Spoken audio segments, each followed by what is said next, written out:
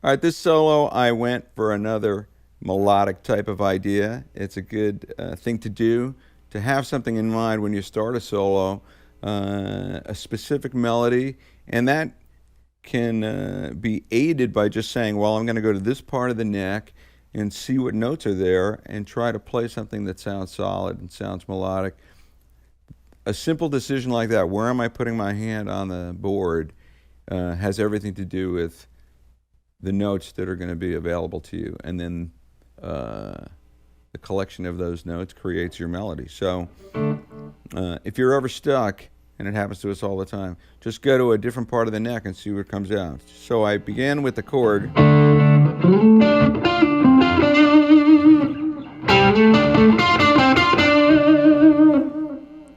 and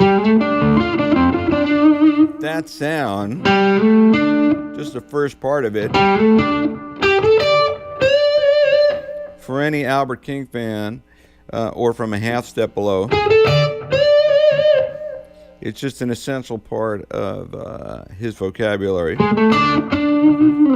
I go from a whole step below. Hendrix loved this lick too. He put it into a lot of songs. He even wrote a song based around this lick called Peace in Mississippi. That's how much he liked the lick. So I use that to kick off this solo path.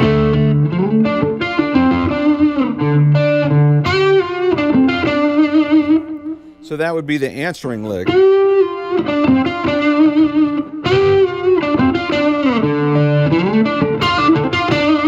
And I try to do a sharp pick before the pull-out.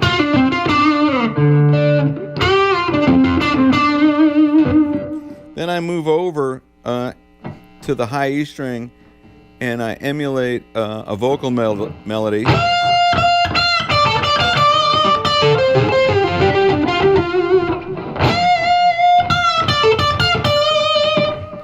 So, little half step bend there.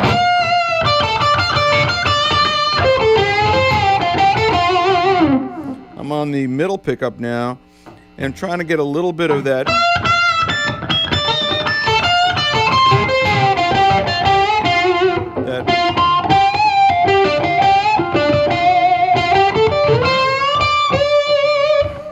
Those little pinch harmonics.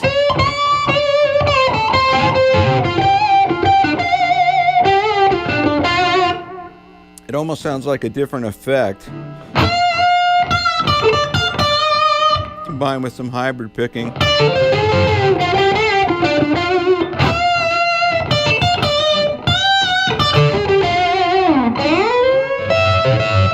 So over A, I'm going to slide into this.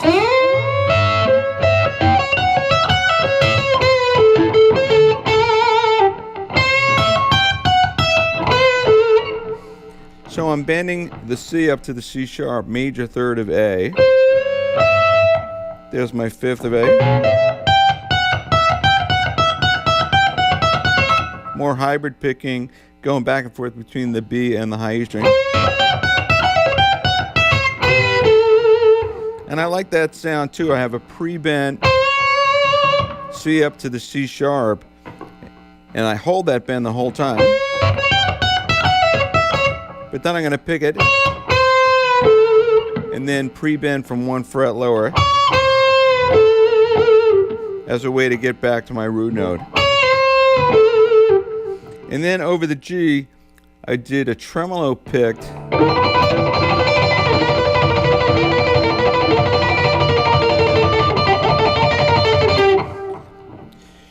So intervallically, the notes are the 5th of G and the second A is bent up to the major third B. So those are the two notes, like our G triad.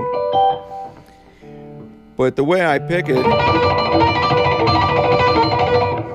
the thumb picks the G string, the middle finger picks the B string. You can see I have the pick held by the index finger, and I'm going to go back and forth as fast as I can. And I can repeatedly bend and release or just hold it. It's nice to put bends in there to add some rhythm an implied rhythm to the figure. And then slowly come down. This is kind of a Jeff Beck thing to do. Important part of this technique that makes it a little difficult is when you pick, after you pick the G string and then you go to pick the B, you want to stop the G from ringing, and then you want to stop the B from ringing when you move back to the G.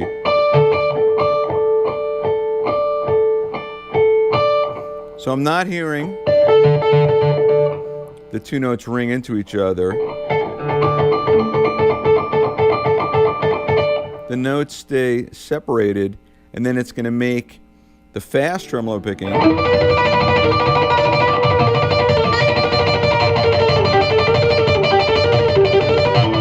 going to sound much more effective. Then I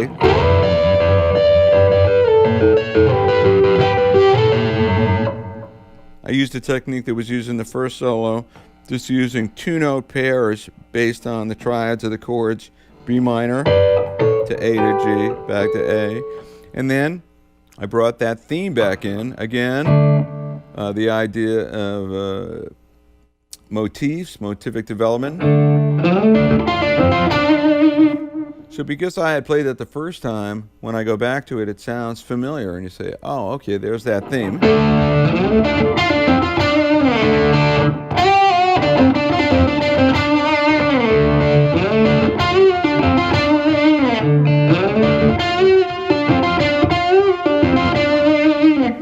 Another thing I like about this, we're used to hearing it up here, but it sounds great an octave lower. That kind of thing too. And then I end the whole thing by going way up high. Very Albert King. That little half step bend in the minor third to the major third.